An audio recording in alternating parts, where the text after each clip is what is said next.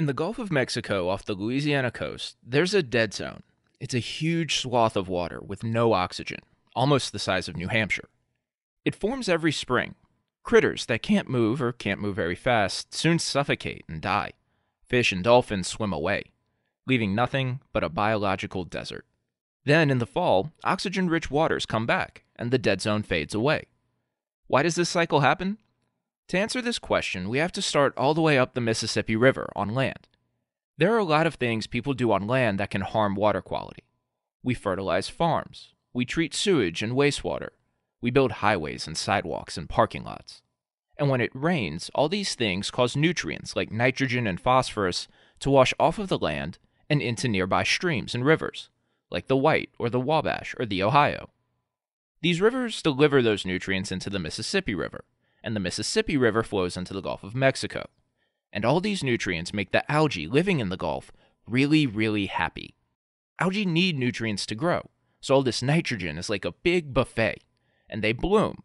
We get algae blooms. And these algae blooms are big. You can even see them from space. But they're bad for the environment, and they're bad for people too. In fact, some of them are really toxic. They poison seafood and contaminate drinking water and wash up on the beach. They can even be deadly. After they bloom by midsummer, the algae die. They sink to the bottom of the Gulf of Mexico, where they're consumed by bacteria. And this process, the bacteria eating the algae, it consumes oxygen. A lot of algae, so a lot of oxygen, until there's none left in the water. And because the water at the bottom of the Gulf is colder and saltier than the water at the top, it's more dense, and the oxygen at the top can't get to the bottom. It can't replenish it. So it just stays there. A huge swath of water with no oxygen, almost the size of New Hampshire.